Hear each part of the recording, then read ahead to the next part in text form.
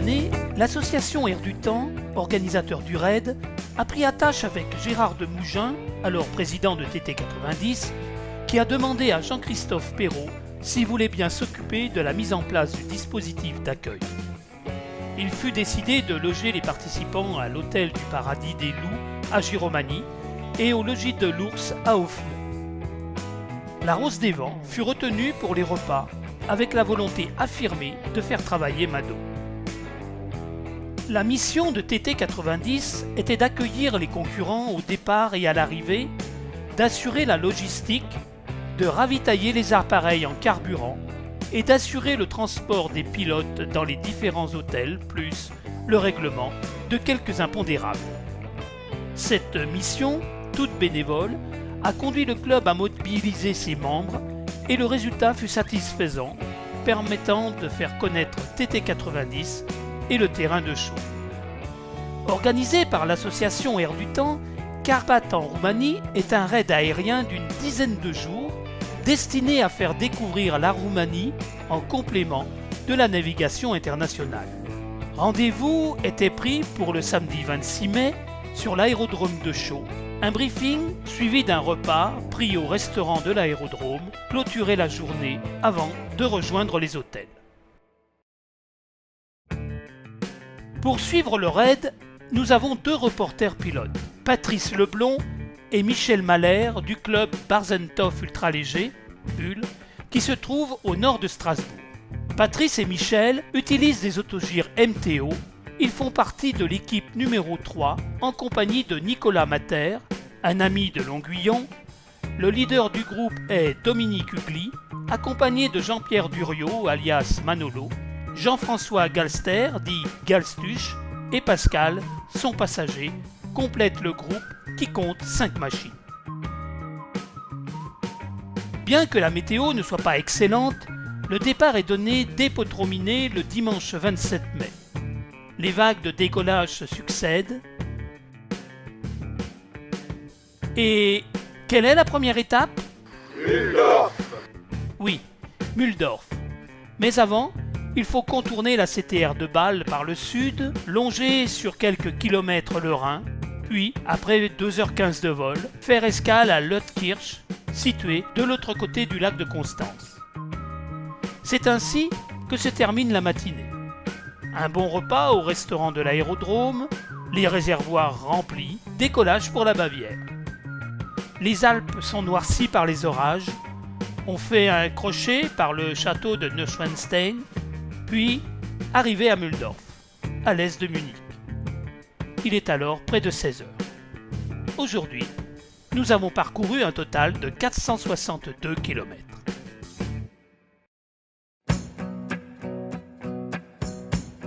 Le lundi 28 mai, départ pour Woltendorf, à l'ouest de Vienne en Autriche, avec de magnifiques vues sur les Alpes, survol de châteaux, de lacs et de l'abbaye de Melk. L'après-midi, départ vers Balaton, 243 km, les derniers châteaux autrichiens, puis la Hongrie.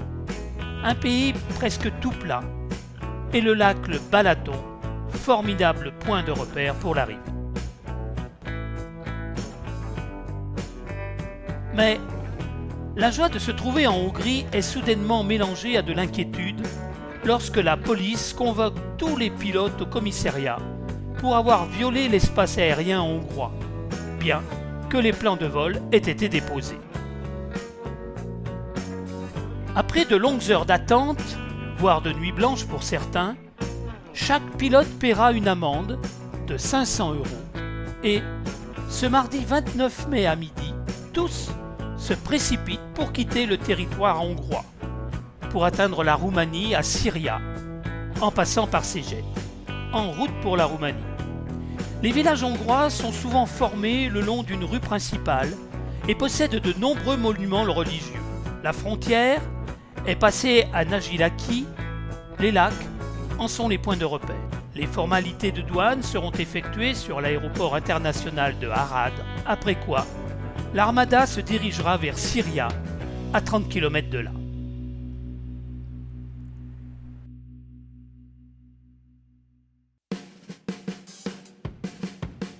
Mercredi 30 mai, dernière journée de déplacement. Objectif 40 Sebech. Ancienne base soviétique, suivie de Deva pour reprendre de l'essence, puis Bistrita, base du raid, pour les 3 prochaines journées. Au départ de Syria, un groupe d'enfants est venu d'une école voisine pour voir l'événement. En route, nous survolons les premières vallées roumaines. Pour notre arrivée à 40 Sebech, un groupe folklorique nous accueille.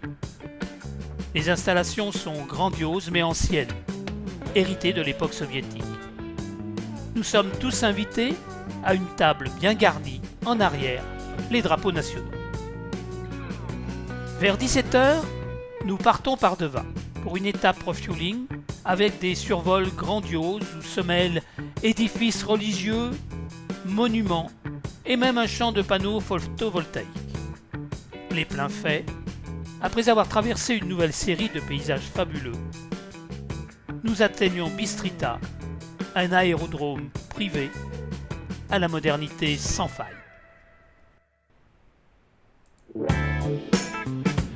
Jeudi 31 mai, vol circulaire sous plan de vol reliant Bistrita à Lunkani.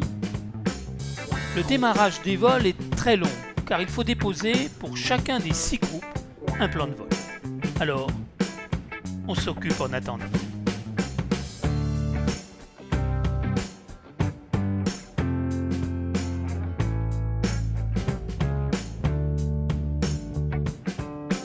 À Lunkani, une bonne table ombragée est dressée pour le repas. La sieste est bienvenue.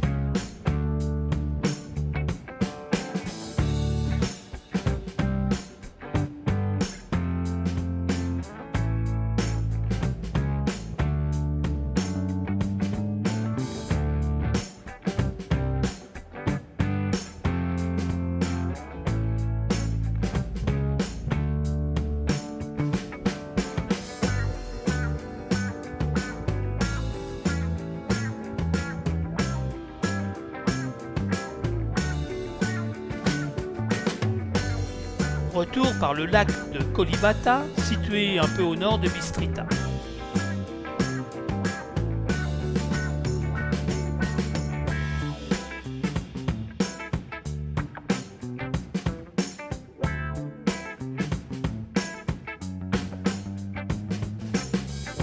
Pause apéro bien méritée à Bistrita. Vendredi 1er juin.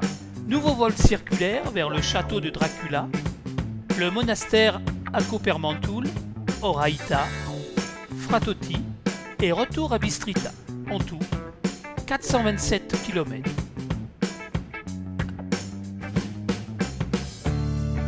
Château de Dracula, une réplique. Le monastère à Kopermantul, de belles vallées qui seront survolées à plus de 6000 pieds. Il faut donc anticiper la montée. Le lac de Izvorul Monténélui, avec son barrage. La partie nord du même lac. Et arrivé à midi à Fratoti. Cet aérodrome, d'une modernité exemplaire, se situe à peine à 8 km de la frontière ukrainienne. Galstuch et Michel Mahler à l'arrivée à Fratoti. Encore un bel accueil en tenue folklorique roumaine, avec le traditionnel pain et bol de sel. Le repas de midi, un cochon à la broche. L'après-midi est consacré à 3 visites, au sol cette fois-ci. Visite de la fabrique de chaussures de marque Marelbo, le monastère de Étienne le Grand,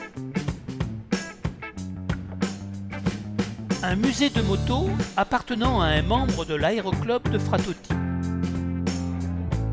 Au retour, les pilotes assistent à une scène quelque peu inhabituelle. L'aviation et la 2 chevaux roumaine cohabitent. Un VL3 roumain à fumigène fait son show. L'heure de rentrer à Bistrita se rapproche, mais à peine décollé, Un orage se présente devant nos pilotes. Moment d'incertitude. Et d'un coup se crée, comme par magie, une trouée sur la droite qui permet de traverser la montagne pour retrouver un ciel presque bleu. Samedi 2 juin, journée libre. Tout le monde a l'air un peu fatigué. L'organisation propose une journée détente. Ceux qui veulent voler peuvent tout de même décoller, même pour un petit vol local. C'est cette option que nos pilotes ont choisie, en entreprenant un vol autour du lac de Kolibata, alors que les locaux de l'aérodrome demandent à tous les pilotes de survoler la ville pour faire un peu de publicité au club local, chose qui en France serait très mal vue. L'après-midi, une pause apéro avant de visiter la ville de Bistrița et ses terrasses de café. Puis un peu de tourisme citadin s'impose. Les Roumains savent faire de l'ombre.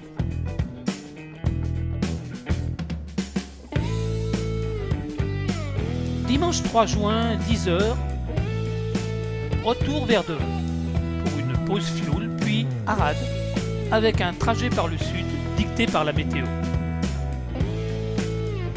Une belle demeure en pleine nature, une ancienne gare de triage à l'abandon, vue sur la ville d'Alba Iulia dans le style Vauban. Petite pause à Deva où nous avons déjà atterri en début de semaine. Décollage au bout de 20 minutes à destination de Arad. Sur notre chemin, une centrale électrique à charbon,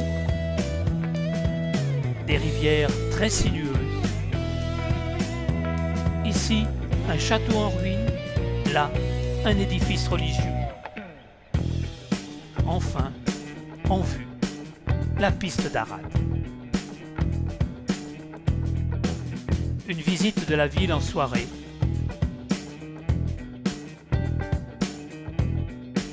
Et repas au bord du Danube.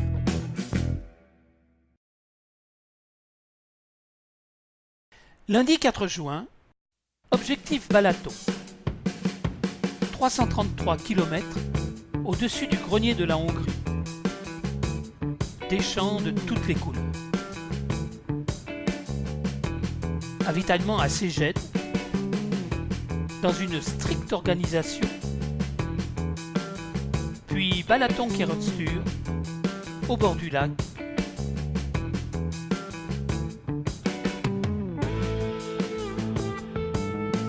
Et barbecue à l'hôtel. Mardi 5 juin. Passage de la Hongrie vers l'Autriche. Escale du midi à Mariazell, puis départ vers Grabenstadt et aérodrome de destination Mühldorf en Allemagne.